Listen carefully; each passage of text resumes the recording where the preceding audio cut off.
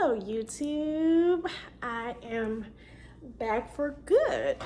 I have been casting down distractions in my life, and that has included screen time and just aimlessly strolling on social media and strolling on things that really are just distracting me from doing stuff that God has called me to do. So now that I have somewhat of self-control in that area, I can be intentional about recording my videos. So today I'm just gonna ramble about distraction because I think this is the perfect time to talk about distraction, especially at the beginning of the new year where we are trying to get some things in order.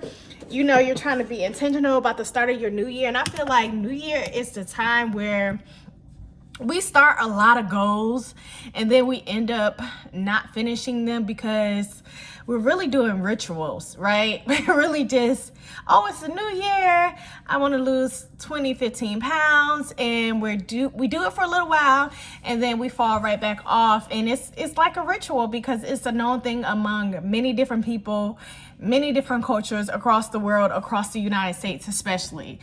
And I think we have to get into the place of making things a lifestyle. And that's what I have really been spending the last 6-9 months doing, or attempting to do with God, is build healthy habits in my life. So that way I can be doing healthy things, because even just from being on social media, TikTok is such a distraction, y'all. And I wasn't on TikTok that much. I was on there for business and doing things that I needed to do and whatever, but it became such a distraction for me, y'all. I would be on there just strolling and strolling and strolling, and it wasn't like I was just looking at nothing. I was actually looking at like good information and things like that, because most of the time I get my news from social media, because I don't really watch the news on TV much. So I use social media as a way for me to find out different things going on within the world. But of course, that became a huge distraction. So for me, I just was like, listen, God, this is taking away time from me spending time with you. This is taking away from me being attentive in other areas of my life, different things and different projects that I'm working on, and different things that I know I need to be doing. It has just become such a distraction. So I started off with just something simple because I wanted to be practical, right? I didn't just want to jump out there and try to, do something. So I started with setting a timer for TikTok. I think it was a 30-minute timer. And of course, if you ever set a timer before, it will take you to when you go past those 30 minutes, or you're right at that 30-minute mark, it will send you a thing where you have to put a passcode in order to keep on strolling or keep on being on the app. And so for me, I kept on strolling. I'll put my little password in and I'll go and I keep on strolling. I start to realize, like, okay, this is not working for me, Lord. Like, this was just a precaution, but I think it really helped me to see how much of a whole distraction had on me. And just, it was cutting into my time with God in the morning, because I'm really big about trying and attempting to give God my first fruit in the morning, waking up. And I wake up very early. We're an early household, so we're up at like 4:30, maybe 5 o'clock. And I was like, I do not want to wake up in the morning, just be on social media, strolling, wasting time. But I want to be intentional about setting my day for God and allowing Him to be with me throughout my day. And I knew for me, in order for me to do that, then I had to be intentional about spending time with Him in the first thing in the morning. And I really was paying attention to my life, and I'm not getting no word or getting nothing if I'm not spending time with God. I don't feel full. I don't feel right. I don't feel like things are flowing right. I feel like when I'm trying to do my writing, I feel like I'm not flowing like how I usually flow. When I spend time with God, it's like the knowledge is just there. The reservoir of information that I need is there. It flows freely when I spend time with Him, and it's intentional, and I receive His revelation. And so it was cut into my writing time. It cut it into my time reading. It cut it into just time that I didn't necessarily spend allowing myself to hear from God.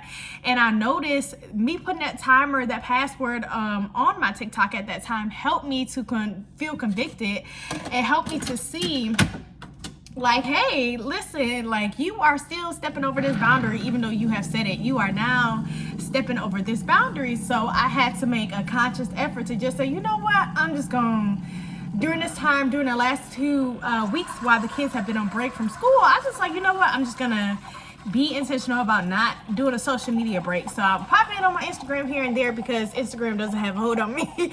That or Facebook, it's easy for me to get on there, look at a couple of posts, like a couple of my friends' stories, maybe post something and then get off. But TikTok, it was just this endless pit of information. It's like, I think it builds your mind up to think like every time you stroll or every time you go to something else, you can always see something new, right? So it's like this anxiousness it builds within your spirit to just want to see the next thing. And it made me realize, like, I'm not dealing with my anxiety while I'm on TikTok. I'm not necessarily getting to the root of it or casting it upon God, but I'm distracting myself. I'm distracting myself from dealing with my anxiety, because now when I get anxious or I get overwhelmed on my day, or even if work is tough that day and I have a lot of things piled up on my desk, instead of me saying, you know what, Holy Spirit, I feel overwhelmed, or let me get in a word, let me see what I need to do, I'm now just strolling TikTok. I was like, oh no, this ain't gonna work. And I'm a very much big person on, you know, I would say that I'm a person who's healed from being hard on myself. So me seeing myself do things, I reprimand myself. So I was like, nah, we can't do this. I just don't get comfortable in situations, and God does not allow me to get comfortable in situations that I know that are not for me, that I know I'm not supposed to be doing. So I really had to just take a step back and say, you know what, do I want to be distracted next year in 2025? I have so much God is telling me to do.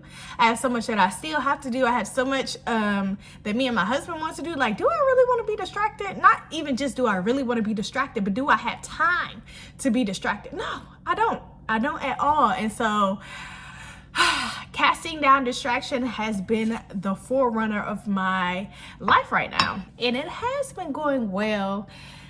Because it has been almost 2-3 weeks now, so where I feel free, y'all. I'm not gonna even lie. And a lot of people think that's so cliche, like, oh, social media, but distraction comes in many forms. Distraction comes in a lot of different ways.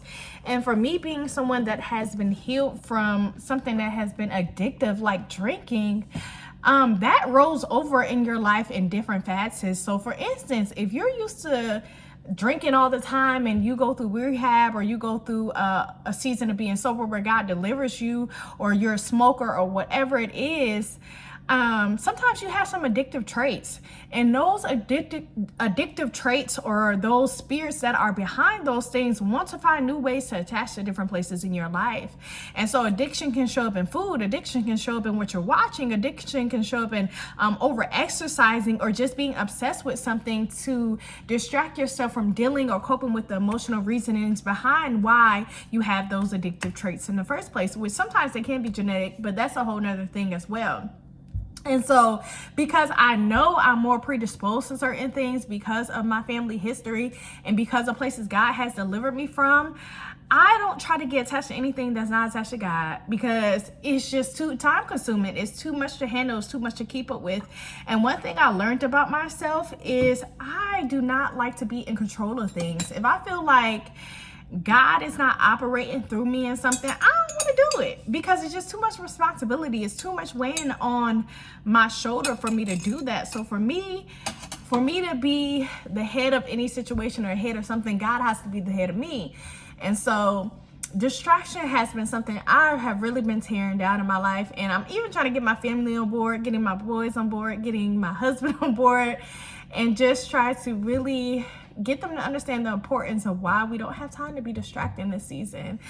And we have to be producers and not so much consumers. It's nothing wrong with getting information. It's nothing wrong, because I always tell people, use your social media as a tool to learn about different information, different things that you want to learn about to apply in your everyday life.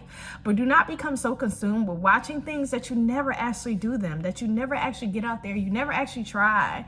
And so, yeah, that is my life right now, casting down distractions so I can show up more here, so I can show up more in other places that God wants me to show up, so I can be present present in the moment and not always looking for a scapegoat in the fake world of social media, because everything that glitter ain't gold. Everything that glitter ain't gold, especially on these platforms.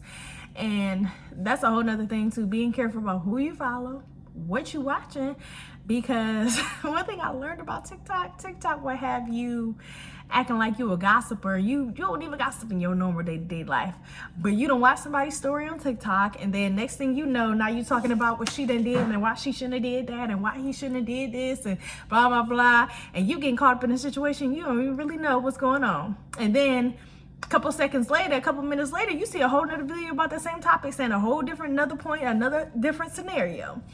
And so that's what I learned. I'm not saying you got to stay off TikTok, or I'm not saying that you can't be on there, but what I'm saying is be mindful. Utilize the self-control that God has given you, not just on social media, but even in our day-to-day lives. So that is where I'm at right now, casting down distractions. So I recorded this video. I'm going to get off of here. I'm going to upload this. And then I'm going to go prepare myself to actually be consistent and not just say I'm going to be consistent. I'm going to go prepare myself. So I love you guys. Peace. Talk to you guys soon.